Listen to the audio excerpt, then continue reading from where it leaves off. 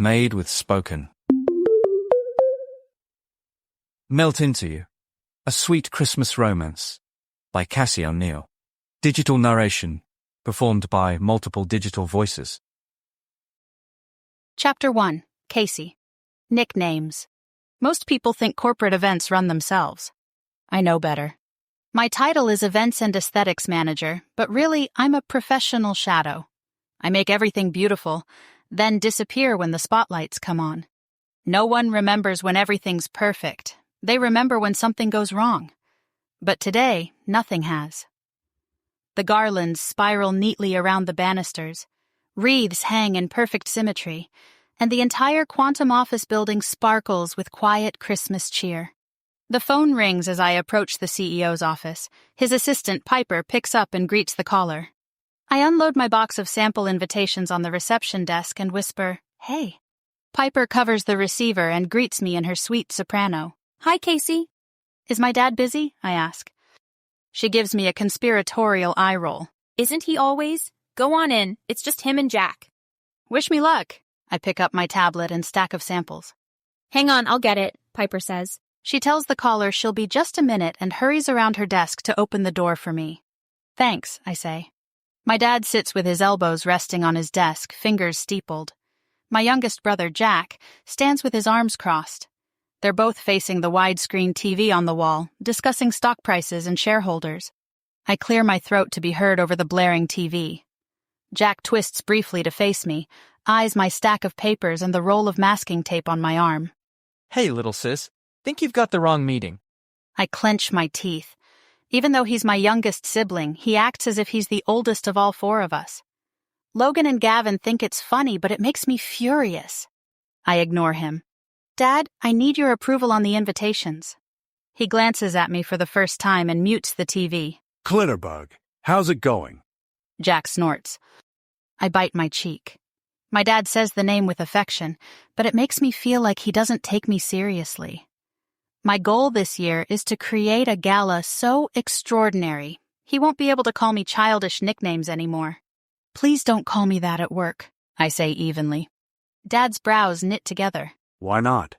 He branded me with that nickname when I was 5, and I got into the craft supplies without asking. A rainbow of glitter covered every surface of my room, and anyone who sat on my floor for the next year left with a bottom full of sparkles.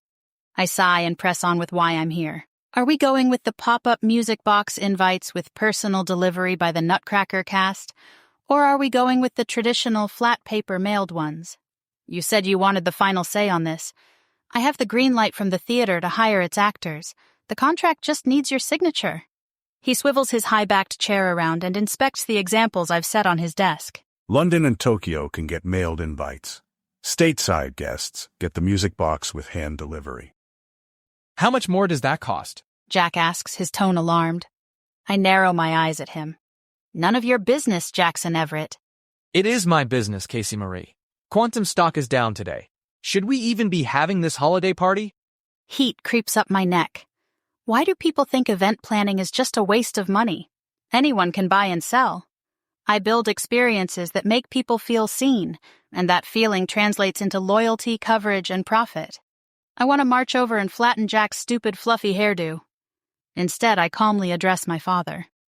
"You said you wanted epic. This is epic. Sending invites in the mail is ordinary." "Of course. Let's go big. Anything for my Glitterbug." He clicks his teeth together, thinking. But Jack has a point. The gala needs to hit 90% attendance and receive only positive press. Miss either benchmark, and I'll cut next year's gala budget by 25%. Indignation rises in my chest at his threat and use of the nickname again, but I shove it down and tell myself to be professional. I hand Dad my tablet. "It will be legendary, I promise." He examines the contract, mumbling to himself as he scans the fine print. "You had legal check this?" "Twice," I say. He stops reading and raises an eyebrow. "You negotiated a lower price." A tiny spark of pride lights within me. "I told you I would." One corner of his mouth twitches. He signs with his usual flourish. I give Jack a superior, impish grin while Dad's not looking. "Also, I was hoping to recreate some of the White House decorations this year." "Still want to go?" Dad asks. I hesitate, surprised. Seriously? To the White House? You wanted to, right? Every year. Done. Take Claire. She has a sister an hour outside of D.C., doesn't she? His eyes are on the TV screen. He turns the volume back up. Oh, and take a tour of the quantum offices while you're there. See what needs updating. Thanks, Daddy. I clap a hand over my mouth. Oops, promised myself I'd stop calling him that. Jack groans and drops onto the leather sectional.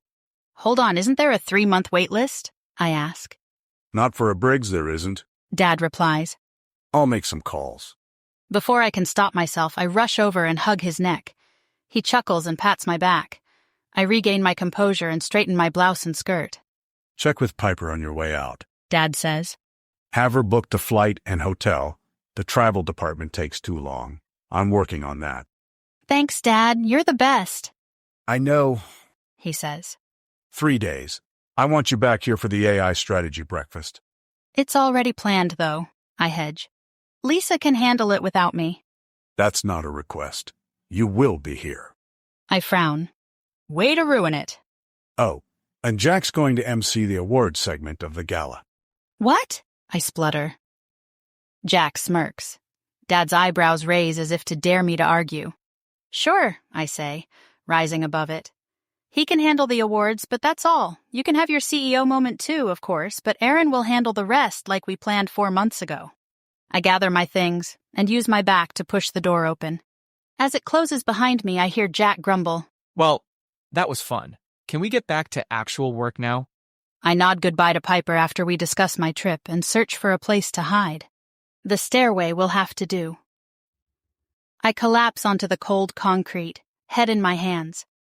Working with family under normal circumstances is stressful for anyone.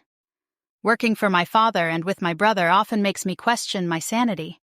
Will I forever be a little girl in Dad's eyes? Sure, he spoils me now. But it wasn't always like that. We weren't close until I was in junior high. Dad missed a lot of Logan and Gavin's childhood. By the time Jack and I came along, he tried to make up for it. Mom encouraged him to bring us on business trips, shadow him at the office, and he even took us to corporate parties and events. That's where I fell in love with it all. The planning, the atmosphere. And when Mom got sick at Christmas time 8 years ago, well, that made it personal. I press my palms over my eyes and breathe through the sting of frustration. No matter how difficult Dad and Jack are, I love my job, and I believe in the quantum mission. Design the future, deliver the extraordinary, do it together. This year, I'm determined to win the Prism Award, the one that celebrates creativity and transformation. Winning would prove I didn't get here just because I'm the CEO's daughter. It would prove I've earned my place among Quantum's best. Maybe then, perfection wouldn't mean being invisible.